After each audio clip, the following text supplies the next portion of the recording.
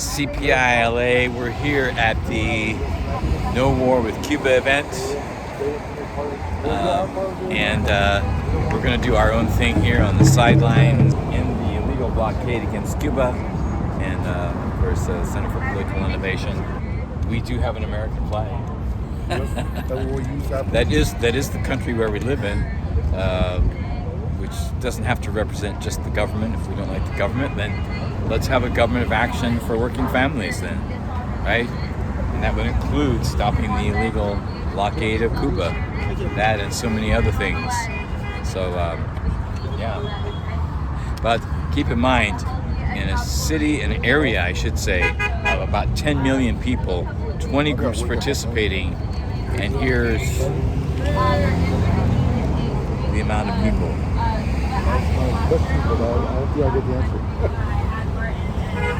So we're going to do our own thing here.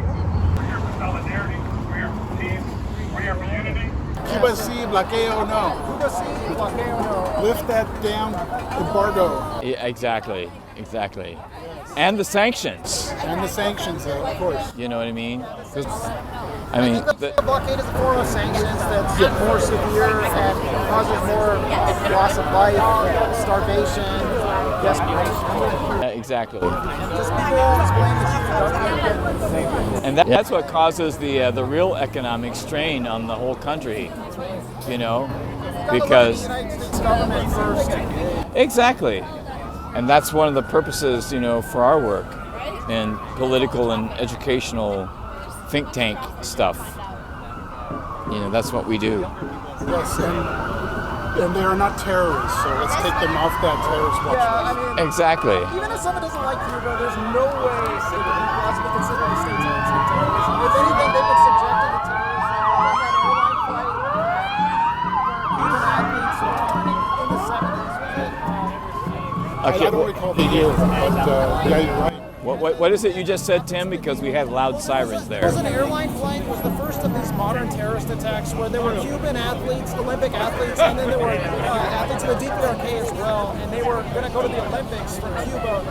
And there was a terrorist attack, and it was linked to Miami Cubans, I think. I mean, it wasn't directly linked to the United States government, but that to me looks a lot more like state-sponsored terrorism than anything Cuba's ever done.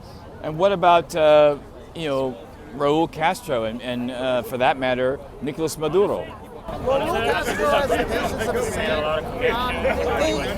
The same people that were shot down, in the past they were bringing in guns and weapons.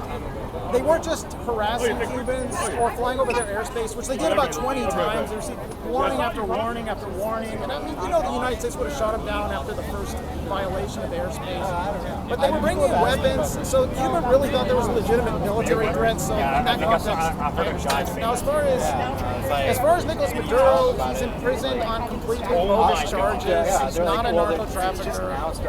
Exactly. Nicolas Maduro immediately, and I think it's very relevant to Cuba because they're having issues with energy at night. That's right. Because I mean, they've got a great solar system set up.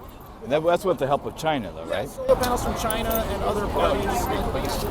Russia's also been helping them, but they turned back a Russian oil tanker out of strategy because it's not that they didn't want the oil from Russia. It's just more that they can't take the scrutiny of the U.S. trying to invade them. That's right, exactly. So there's always a connection. I mean, that's why we see more and more all the time, thanks to the internet as one thing, the connection even of Ukraine to Israel.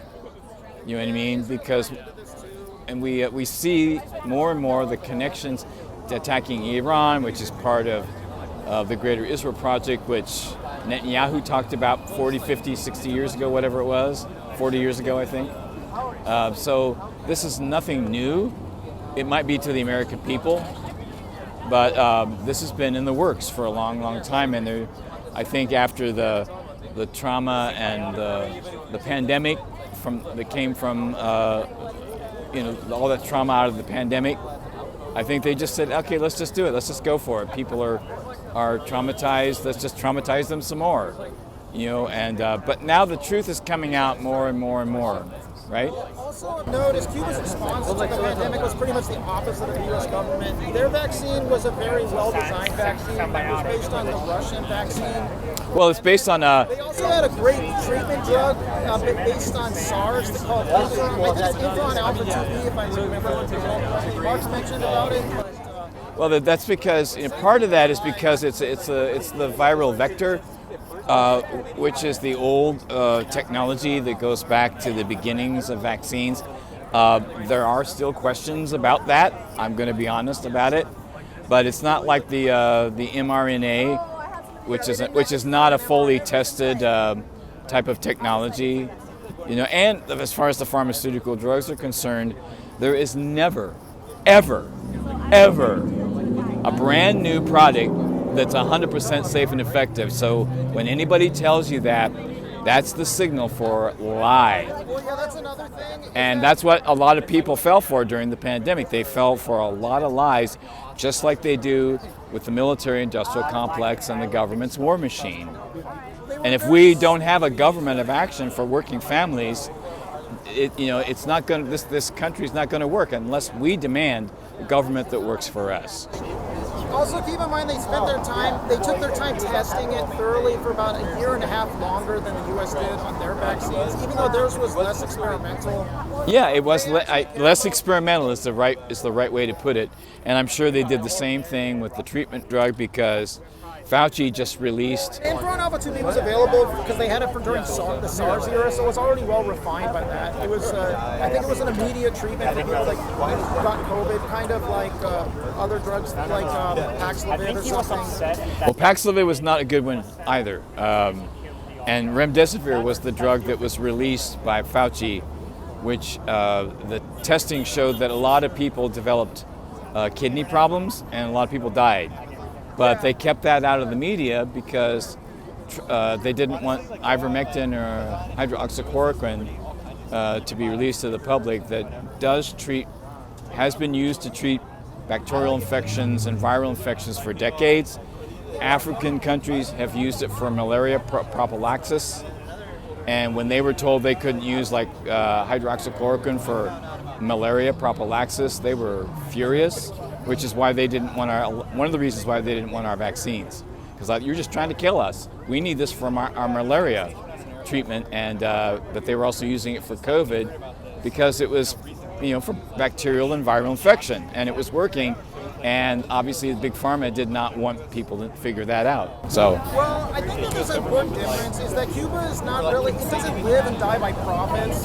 They don't. You're right. Their pharmaceutical industry acts in the way it's supposed to, which is to better the health of Cuban citizens. And that's why they're under attack.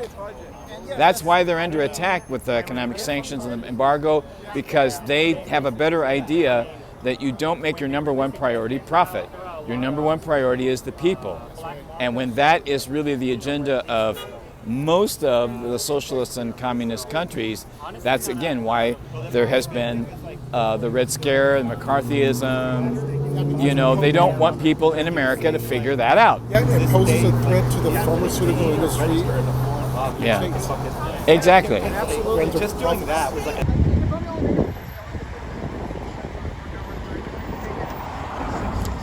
Oh, okay. Are you downtown? No, it's at SoFi Stadium outside the World Cup soccer game on Friday. Is that the opening to the World Cup or? No, the World Cup is starting in Mexico. But there are going to be some events here, though, at the SoFi Stadium, I think right? This is the first event they're having here in LA. Yeah. And there's going to be more. I'll probably try to put on more protests at the other one. I think people are going to be afraid to even attend it because of ICE terrorizing people and stuff. Yeah, that can be a problem, How is ICE unfortunately. going to terrorize you? Not me. Right. Stop the warmongers. U.S. out of Cuba, U.S. out of Venezuela, U.S. out of Iran, U.S. out of Ukraine. Stop the genocide, too. Don't forget that. Get the money out of politics. Free Maduro.